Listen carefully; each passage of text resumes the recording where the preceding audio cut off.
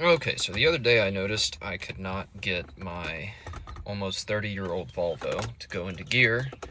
Suspecting the common issue of the shift knob going bad, I pulled it off, only to have the little linkage fall out. So I guess after 30 plus years, or no, not 30 plus years, almost 30 years, the plastic has finally given up.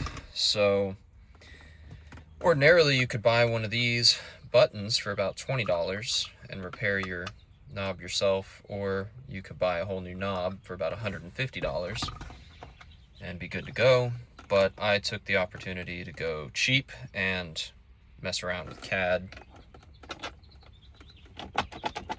Made a button that will index over top of the existing linkage, and then a handle with finger grooves that fits into the little sleeve so it doesn't have to look quite so ugly. And then on the side there, you'll see that's going to come out and then snap into place. Now that's not going anywhere. And if you need to remove it, just take a Phillips head screwdriver, pop it in there, pry that out a little bit, and it slides right off. This button is free floating in here. It can come out, but it sits down in there pretty good. And if you really wanted to secure it, put a little dab of glue or something, and it'll pretty much stay permanently. The next thing I decided to fix was the broken HVAC knobs that like to fall off during driving. Now, I was lucky enough, you probably are too if you have this issue, to have these metal retaining clips stay behind when the knob falls out. You can see all that interior there. It's not very strong. You can see what's left of this one.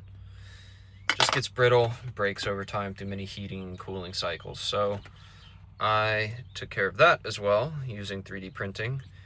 I may flip the orientation next time to get a prettier side here, or just fix whatever's going on with my support interface causing that sort of stringing and bad adhesion there. But you'll see this slides on, snaps on.